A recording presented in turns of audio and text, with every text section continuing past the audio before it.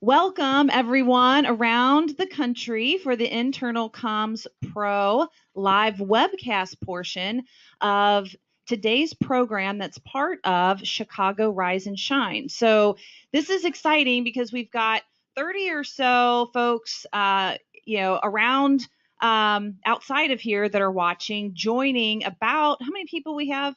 50 in the room, maybe 50 of us together that are going to be talking about some great internal comms strategies, some practical and tactical tips that stir engagement. Joining us on our panel today, we have Jason Anthoine, who's the managing founder of our Audacity. We have Connie Mayse, who is not only the president of IABC, but works with healthcare partners. We have Gabrielle Loring. She is with the Rock Group. She's also part of the International Committee for IABC, who judges all the wonderful Golden Quill Awards. And we've got Amy Goodman. She is VP of Human Resources with Sibsey Klein, a regional real estate company. So let's welcome all of our panelists today. One of the things that makes this collective a little different, like I mentioned in the beginning, is it's sort of like a bunch of wonderful elementary school teachers at the top of their game, willing to share their lesson plans. So our collective is really about tactical, practical things. How do you take this stuff back to my desk and apply it today? So each panel, we're going to start with Amy, is going to share the gem, the little lesson plan that she brought. We can follow along in your playbook. So Amy's going to explain what she brought. And Amy, take 2 minutes and off we go. Absolutely. Awesome. So as Jason was talking about before, when we're talking about business cases, my area of more of an expertise is creating a business case for when you're going to go and find a sponsor. So when you're defining your goal and project, making sure that it's not just self-fulfilling, it actually has a purpose and is driven by a business need. When Jason was talking about defining your purpose, being really intentional in making it personal, strategic, and data-driven.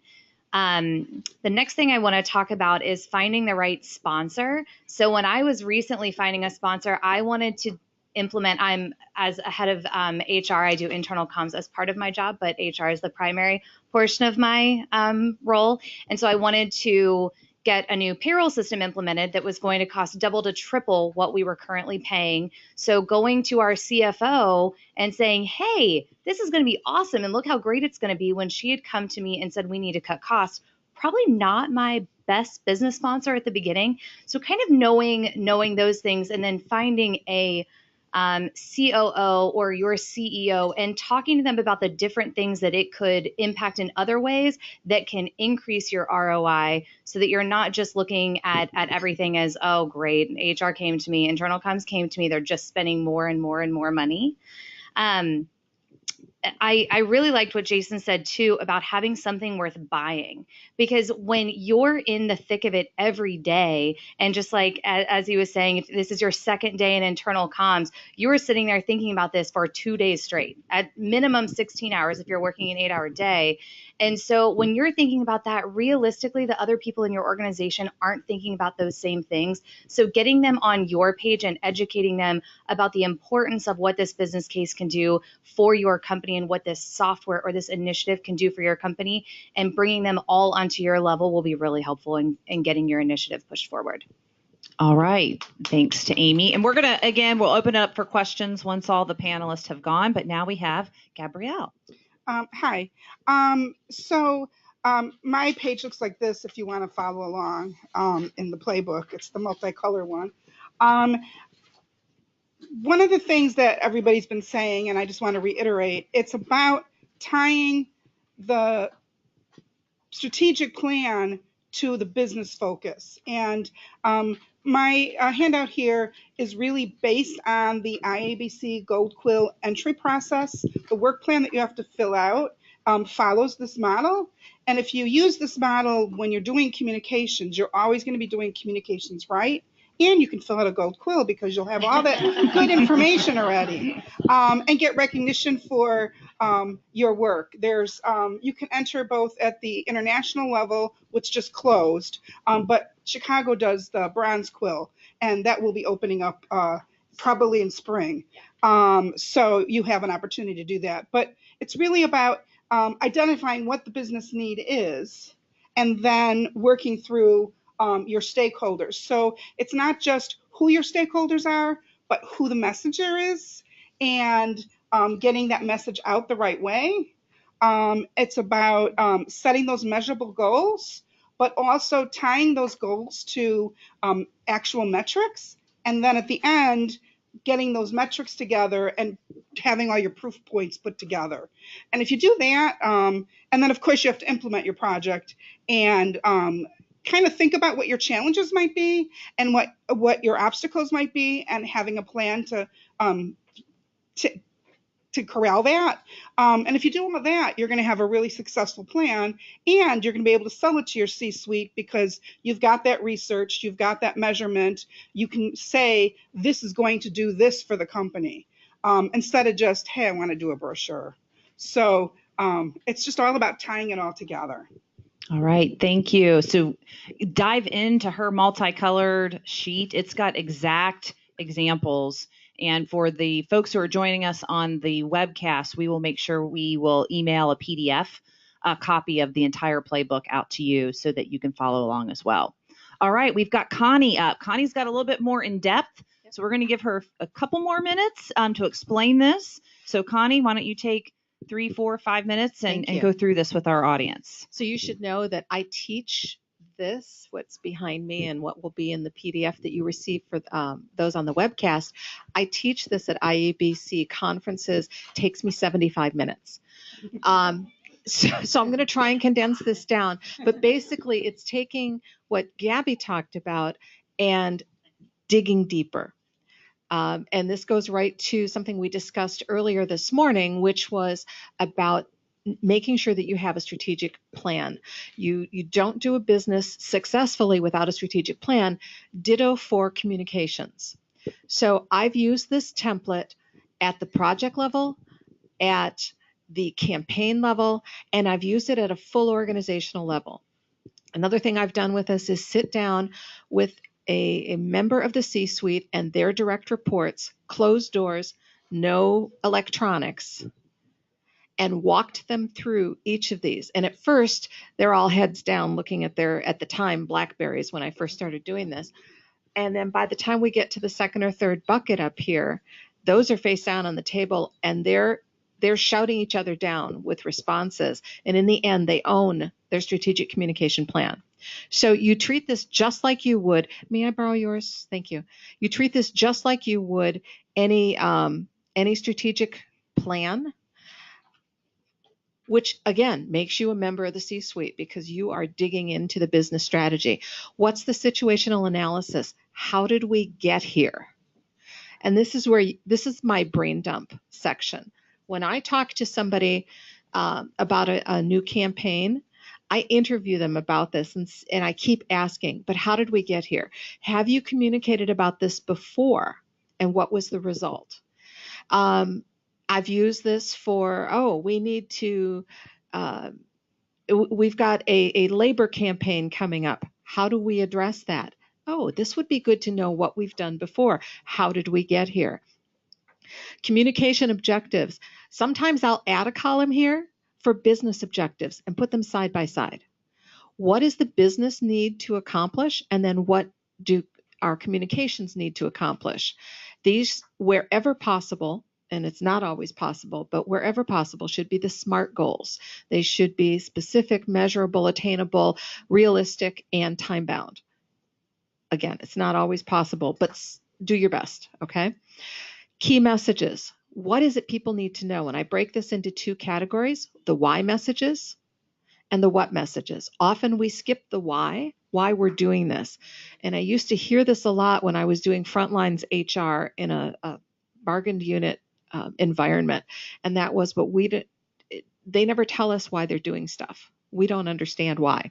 So let's make sure we build that in. The what messages are going to be what's happening, what are the logistics, the how-tos, things like that. Dig into your audiences. Who you're going to communicate to? Well, we need to talk to our employees. Can we go a little deeper than that? Well, we have 150 who are in the bargaining unit and we have 2,000 who are non-represented. Okay. Oh, well, okay. So we have some in urban areas and some in rural areas. Okay. And if you keep digging, you're going to find, oh, yeah, well, they came from 3 different companies as part of a merger. So they all have different processes. And so that might be important. Okay, yeah. Do we need to talk to managers?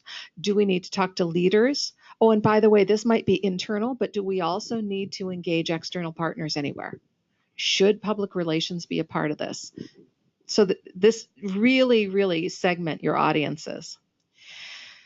Overarching strategy, this is going to be like, what's your guiding principle? It's usually 1 or 2 sentences, such as, we will find a sponsor or champion on the executive team to be the face of this campaign. Or we will communicate first with the employees who are directly impacted by this action. Something along those lines. Sometimes this is the last part I fill out. You need to think about it. Evaluation and measurement. How do you know it's successful? When will you know? How will you know? And how are you going to measure that? Well, we'll know open enrollment is successful when we have a minimum amount of noise to our call center. People not understanding or complaining. Okay, how are you going to measure that? Can we do a trend analysis on the topics that people are calling in on? Can we drill down and get anecdotal statements? That, by the way, is valid data. Anecdotal, I've had people tell me, well, you can't measure that. Oh yeah, you can, and you, that's on you to do that. So how is it going to be successful? And then be specific how you're going to measure that. It's not enough to say, we'll know by this, where you're going to get the information. Notice the very last bucket is tactics. I will often leave this column off completely to force people to do the rest of it. The one time I did this with an executive team and it was not successful was when the executive said, enough of this BS. When are we going to do a newsletter? I'm serious. So that's my tool. I will tell you that this was given to me by a friend and a fellow IABC member in Cleveland at the Eaton Corporation. And Judy said, feel free, go forth, sprinkle it, share it. I've tweaked it and I've taught on it. And I'm happy to connect with anybody here to walk through how to use it. And by the way, I also hand this, because I'm a department of 1, I will hand this tool to functional subject matter experts who are desperate for communication assistance. And this falls into that category of teaching a man to fish instead of just handing him a fish. So I'm sorry I talked so long, but I will be available for questions afterwards. All right. Thank you so much, Connie. Fantastic. Okay, we are going to open Service Corporation. We are going to open it up to you now, to the audience. One thing that I will say is that we surveyed you and everyone participating on the webinar and in the room of what your top pains were. So I don't know if you filled that out, but for the people that did, the number 1 complaint and pain was, I'm a small team, I have no time, and I'm underwater. And number 2 was, I struggle to show my ROI. A lot of people talked about that. So I am going to ask a couple questions about that at the end, but I want to get to you first. Here's how the question part of this will go. You can ask questions in one of 2 different ways. 1, raise your hand, stand up, I will call on you, ask the question, and then I'm going to repeat the question into this mic so that the folks on the webcast can hear. If you don't want to stand up and you're not comfortable doing that, you can write your question down on the card and hand it to Stacy, and Stacy will come up and hand it to me. Okay, so let's open it up for questions right now. Anybody have the first question for our panel? Just add one real quick Sure. to what Connie said. So if you want more examples other than what Connie's shared in her book, if you go to the IABC.com website and you put in Gold Quill, you'll get to the Gold Quill site, and there's lots of examples of what I talked about, and actual work plans that are filled out from people. So for those of you that are feeling underwater and you need some help, there's nothing like a good template and some ideas to spark more ideas. And one thing when we were talking about goals and measurable goals, it's so important. But you also want to think about both outcome-based and output-based.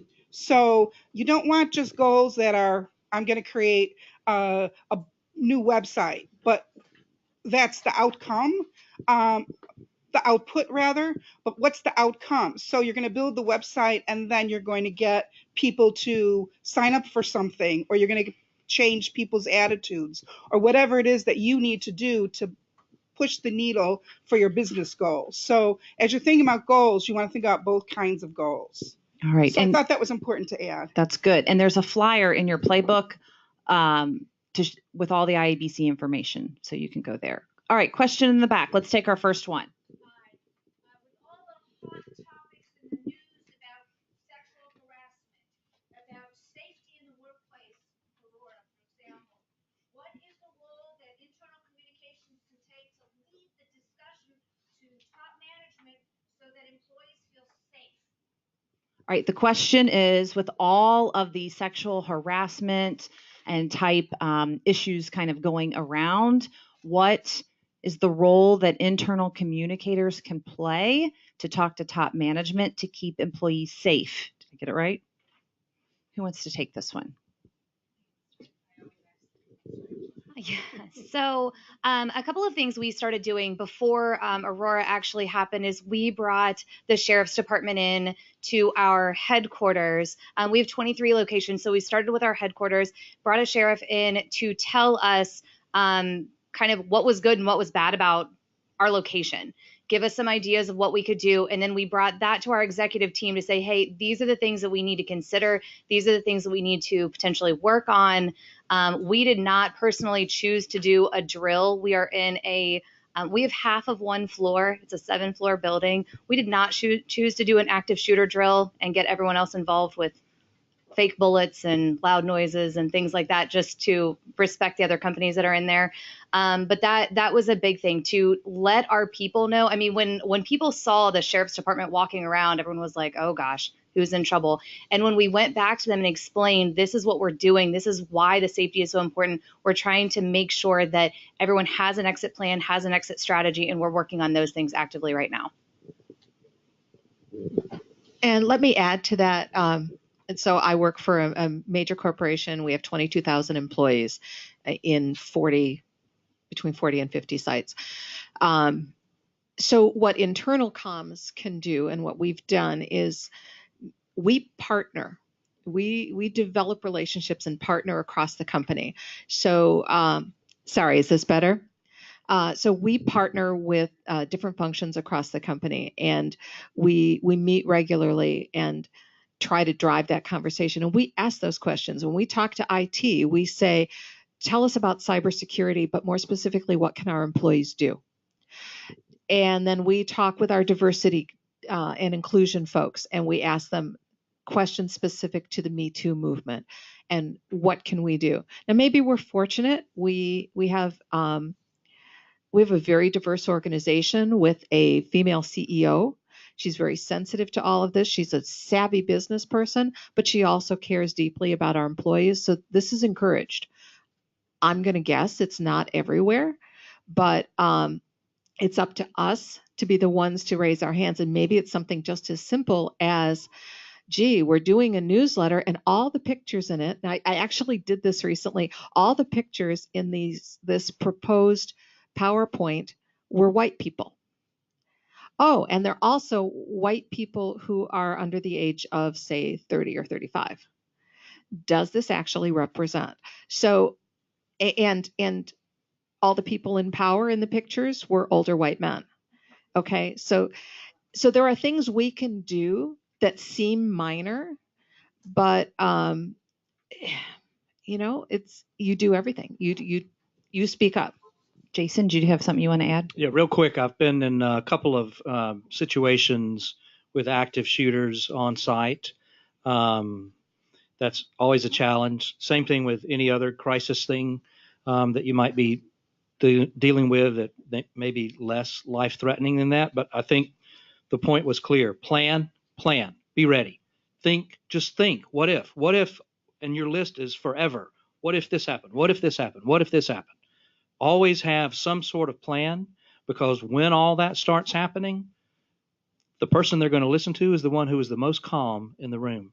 And you are calm because you are confident, because you have planned. And I think it's those two things, planning and remaining calm while everybody else loses their minds. Did you answer your question? All right, other questions? Use my outdoor voice since I don't have the microphone, or you can repeat the question. I want to know about measurement. I'm sure, Connie, that's one of the things you cover in your hour and a half version of the presentation. Talk to us about what's working with regard to internal communication measurement. I mean, other than hits on a website, right? Yeah. All right, the question is, other than hits on a website, can we dive a little bit more into measurement? How are we measuring our internal comms efforts? Let's talk about that. So everybody does it different. Everybody has a different view on it. So I'll start with mine. My view is it's easy to measure click-through rates. It's easy to measure open rates, page views, length of time on a video, things like that. But that's the output measure. When you want to talk outcome measure, if you know why you're doing the communication and what you want to achieve by it, then you should be able to measure that action. So is the action that during open enrollment, we want more people to consider and then sign up for a high deductible health plan, and thus our health savings accounts? Okay, we can measure that. Do we have a big we're making a change to the retirement plan, and we need to make sure people really, really understand it. When I was a communications consultant with Towers Watson, we had to do this for one of our clients. And we were so prepared for an insane amount of pushback. We knew in advance what our metric was going to be. Our metric was going to be number of calls to the call center, and then we were going to do a trend analysis on what people were calling about, what their complaints were, so that we could go back and do another communication, like backup crisis planning. When we did this for thousands of employees, and we had a total of 6 calls, and all 6 calls were, I got this in the mail and I just want to make sure it's for me. Seriously, nobody questioned what we did. That's like never happened before, and it has never happened since. But the point being, we knew in advance what we were going to measure, and then we made our communications with that in mind. We knew what we needed to accomplish, and we knew how to measure it. So you should be able to do the same thing. What are you trying to measure, and what behaviors, to your point, the outcomes, what behaviors do you want to influence, and then how are you going to know it's successful? I'll just piggyback on that. I do something similar, and that's a lot of the HR space. So that's where these examples are. But it could also be things like if you do want to change attitudes, is you add a survey or a focus group or something to the end of the project and see if you've moved the needles on how people are thinking about things. So that's another way to do a really good measurement. You also, if you want to have people come to a meeting and actually hear your message, so how many people actively come to the meeting? How many people have actively made a decision and gone on the website and actually did something besides just going there, but actually enrolled or actually opened the PDF and stayed on it for X amount of time? So it's a little bit deeper than just going to the website, but then what have they done since they've gotten there? So those are all kind of the deeper measurements, if you will. Is that helpful? Yeah. All right, question in the back. Sean. Follow-up question. Connie, you spoke earlier about anecdotal evidence can also be gathered and measured. Could you speak include anecdotal? Like tactically, what do you do? How do you gather anecdotal data? And how do you sift through it, present it, etc.? The question is, how do you gather anecdotal data, sift through it, and present it? Okay, a variety of sources for collecting anecdotal data. Survey, number one. And you can sneak surveys in, 1 and 2 question pulse surveys. Just make sure you include an open comment and be specific about what you want. But then again, sometimes it's great to not be specific and let that flow of mind, right? Interviews, focus groups, interviews, and trying to think of what. So sometimes I'll include, when I do that trend analysis of what calls are coming in, sometimes it's helpful to listen to those or to speak directly with the call center representatives who are taking those calls. And they put lots of comments into their files, so access those. And then what do I do with them?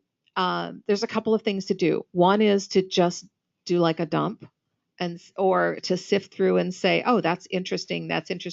Be cautious if you do that, because it's tempting to pick the things that support what you're trying to get across. So you need to make sure that you're not skewing the results.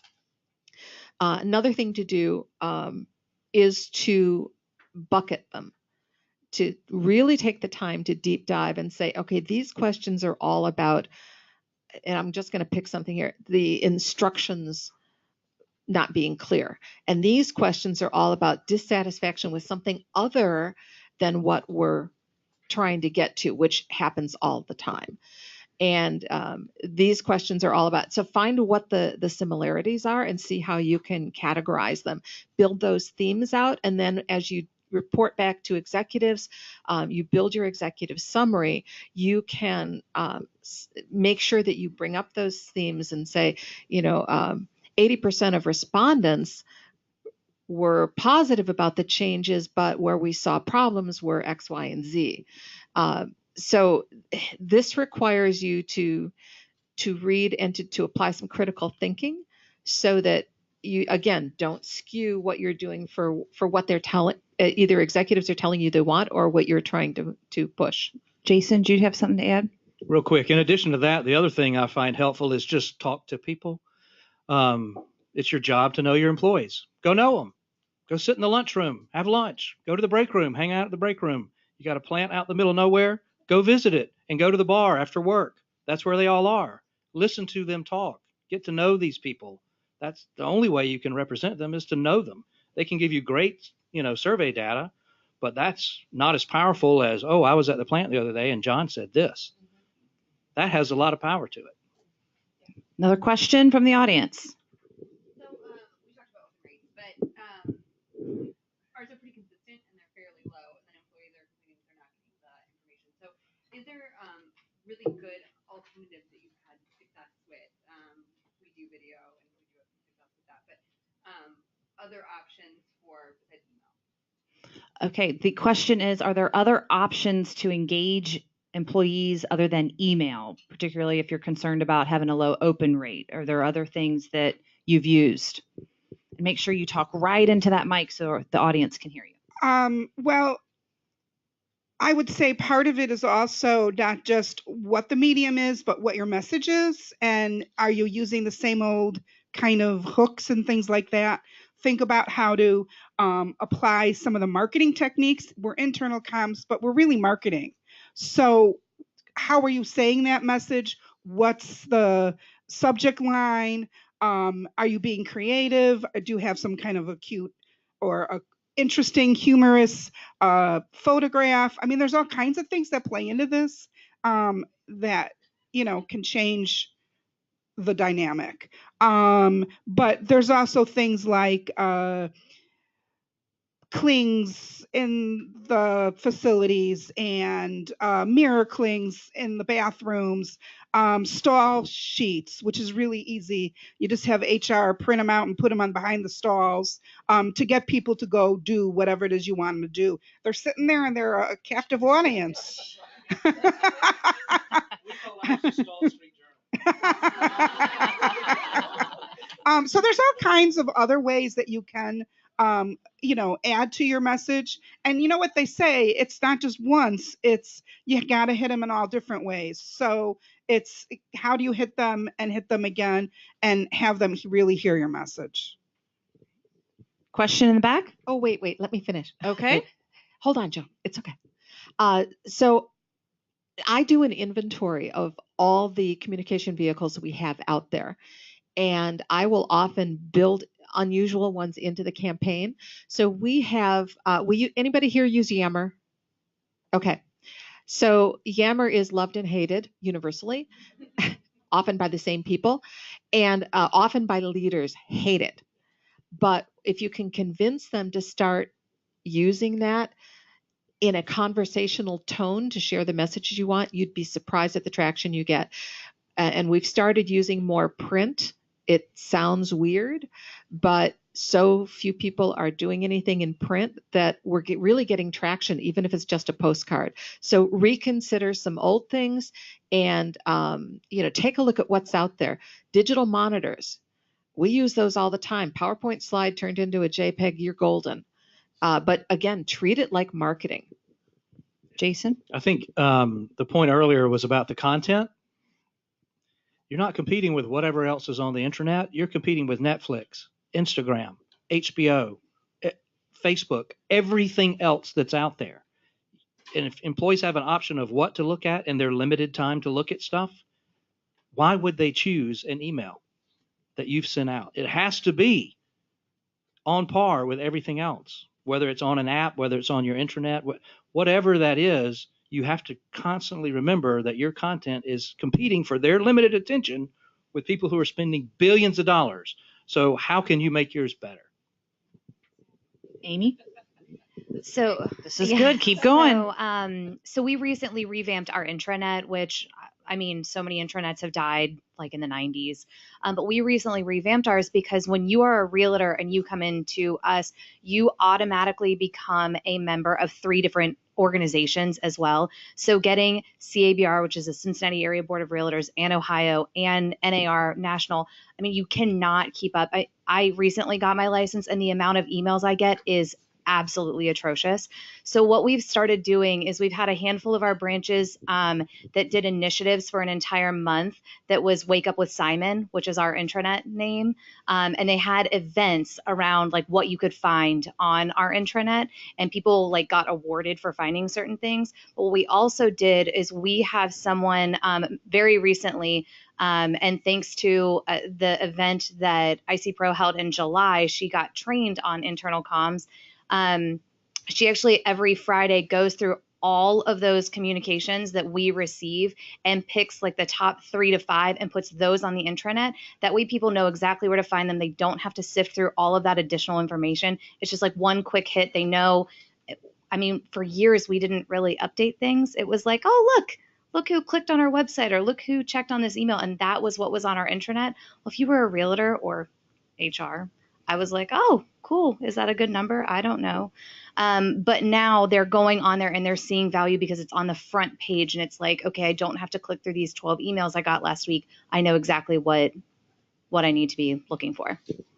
Well, and there's something to be said for experiential experiences. So something as simple as some kind of a treasure hunt with some points for your rewards program, or a gift card, or some little thing. People get excited about contests for little things, just to get people to go to your website, but actually get deeper. And word of mouth is a great thing. So if you have a great message, make sure that you have people who are also line managers or whoever who are talking about what it is you want to talk about, and encouraging people to look at the email. So especially managers, a lot of people really listen to their managers. So if your manager says, hey, you need to pay attention to this, you might actually pay attention. And we'll also put their emails in a follow-up email. So if you want to dive deeper, like, hey, what tools do you use? IC Pro also just put a tech outlook of favorite tools that offer what Jason's talking about, that consumer grade experience that your employees are talking about. So check out a lot of the favorites that some of the best internal communicators around the country are using. Maybe we can put a link as a follow-up into that so you can see what actual stuff are you using that are tried and true that people like. Question in the back. You had something. So I'm wondering if any of you have had an experience where you've had an executive or somebody managing you who has unrealistic expectations about getting something done in a really short amount of time. And even if you could just expand too on showing that ROI in case you can't do that. All right, the question is, how do you manage expectations, perhaps from leadership, that are expecting things done in an unreasonable short amount of time? And this goes with the pain. What is, even if we could just, what is one thing we can do to show ROI right now? Start, Jason? Sure. So usually when I get that request, and I'm a little bit older and I can just kind of say what I want to say now. So I don't know that works for everybody, but try it, see what happens. But when I get those kinds of requests, what that really comes down to is a priority. How do you want me to prioritize things? Because I already have a bunch of other stuff on my list. So how do you want me to prioritize that? So the way I ask that question is, do you want grape juice or wine? Because the only difference between those two is time. So if you want wine, great. It takes a certain amount of time to get that. If grape juice is fine, I can do that tomorrow. So you help me decide what you want, and then I can prioritize. And then it gets them out of thinking that everything you do can be done like that. Just because you're really good at it and can do it like that doesn't mean how you want to operate all day long. That just drives you insane and makes you really tired. So, and I think, a couple of other things that you could do that are kind of quick hits like that is just setting expectations about how long something does take. They don't even really know what we do for a living. And so when they say, oh, well, we need a video, in your mind, you're like, all right, that's 6 weeks, maybe, X amount of dollars. In their minds, they're like, oh, why can't we have it by this afternoon? So what can you do to continually educate your buyers, your clients inside about what it is that you do and how long certain things take? And then hopefully that will sort of shut down some of these unreasonable requests that we're getting, mostly not because they have unreasonable expectations, but they're not educated. And that's fine. It's our job to do that. If we don't want those questions, let's head them off. I guess I would just add that why do you need it so fast? Get at what the pain is that's driving that pressure, because okay, like he said, I can't necessarily give you the Cadillac, but what is it that's driving this, and what can we do in the time frame that we have to help your pain? Because if you need something super quick, maybe it's just a quick email or something that you can do in an afternoon. So what is it that's driving that pain to make it go so quick? Question? So kind of building off of that, can you give maybe your top 1 or 2 pointers in dealing with the stakeholder, usually in HR, who comes to you as like, we need an article, we need the communication collateral. No matter how much you try to come to them to have a strategic conversation, it still becomes very reactive. So I'm curious if you have tips on how to make that stop. The question is, do you have tips on how do you communicate perhaps with your HR team who wants a long form article that might be against the strategy? How do you have that conversation, and how do you get into a proactive state as opposed to always reacting to their reactive state? Did I get your question right? Tips to have a more strategic relationship with HR partners. Yeah, what are tips on how to have a more strategic relationship with partners? This is not a quick answer, okay? And it's not a quick process. It's becoming a trusted partner, a trusted advisor. One of the things I just did at Healthcare Service Corporation, so I'm Senior Manager of HR Communications and Planning. I'm the first one in that job at a strategic level. Everybody else was tactical communications consulting specialists, write me an article kind of person. The good news is they were really thirsty for this. The bad news is they're used to people and just running to them for tactics. So I've just presented to the leadership team how to work with HR communications. That's me. And it's basically boils down to setting their expectations and knowing what my role is, what resources I have available, and let's be for me, let's put out a process. And I actually presented them with a process flow diagram that shows when the SME, the subject matter expert, creates the communication, here's what happens and who does what and how it works. And then when I'm in charge of it, here's what happens. And then I level set. I don't set HR policy. I will communicate it, but I don't set it. You'd be surprised how many, maybe you wouldn't be surprised how many people expect you to do that. I won't take over your project plan. That's your job. But everybody's nodding. For those of you on the webcast, you need to know everybody in the room is like, oh my God, this has happened to me. So it comes down to setting the expectations, just like Jason said. And it's on you. You can knee-jerk react and do it, or you can knee-jerk react and say no, or you can start the process and plan that whenever you get a request like that, it's a step back and say, okay, what are we trying to accomplish? What are the objectives? What's the audience? And they don't have to know you're doing a strategic communication plan for that, but that's what you're doing when you ask those questions. What are the key messages? I'll often say, do you have an idea in mind? Do you want to take the first pass? Yes, it's so easy to edit somebody else's work, So, or give me 3 to 5 detailed bullet points on what you want to accomplish. And then we can turn that into an article. So there's ways you can get to that strategery, but it's on you to do that. And it takes time. Can you share? You said you just presented that. Sorry, Connie. You said that you just presented that to your leadership. Can you share that with that presentation with us? Thank you. Sorry. Yeah, let me turn it into a template, and I can do that. If you join IABC. Another way to answer that question is that to me, the value of a communication strategy is, of course, that it tells you what to do, but it also defines what you are not going to do. Yeah. And so if somebody comes to you and says, these are people you've already built a plan with, and they say, we need this, and you go and look, it's not on here, you've got the luxury to say no, or you at least now have the luxury to say, which of these things do you now want me to swap out to do this other thing? I'm glad to do either one. I can't do both. That's not what we agreed on.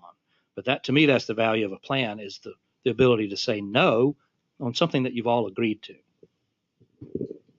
Okay, last comment for the live panel webcast. Yeah, so when, because I'm a little bit of both, I sympathize when I'm yelling at myself for not doing something on time. But I go back to this a lot because there is so much in my day-to-day that is reactive versus proactive, and I'm constantly trying to fight that battle. So when someone comes to me and it's like this 911 emergent, or lack of planning on your part is not an emergency on mine type thing, when I have that, we figure that out and I try to do a debrief afterward. So to say, hey, look, like, this is kind of where we fell apart. This is where we could make it a little bit better, and start those conversations as soon as you can after that 911, because if you're having it during the 911, it's falling flat. It's like, you're just telling me no without telling me no, and don't have time for that right now. Like, I need this done. So if you start those conversations immediately following, not maybe like 5 minutes after you hand that to them, but within like that same week of time frame, to say, hey, this is what that struggle was. Let me show you what I normally can do and what I can normally produce when it's not a 911. I don't need 6 weeks, but if I could have like 6 hours, that might be nice sometimes, right? Because that's the playoff music, like Oscars, right? Okay, let's give our panel a big round of applause. Thanks for all of our webcast attendees.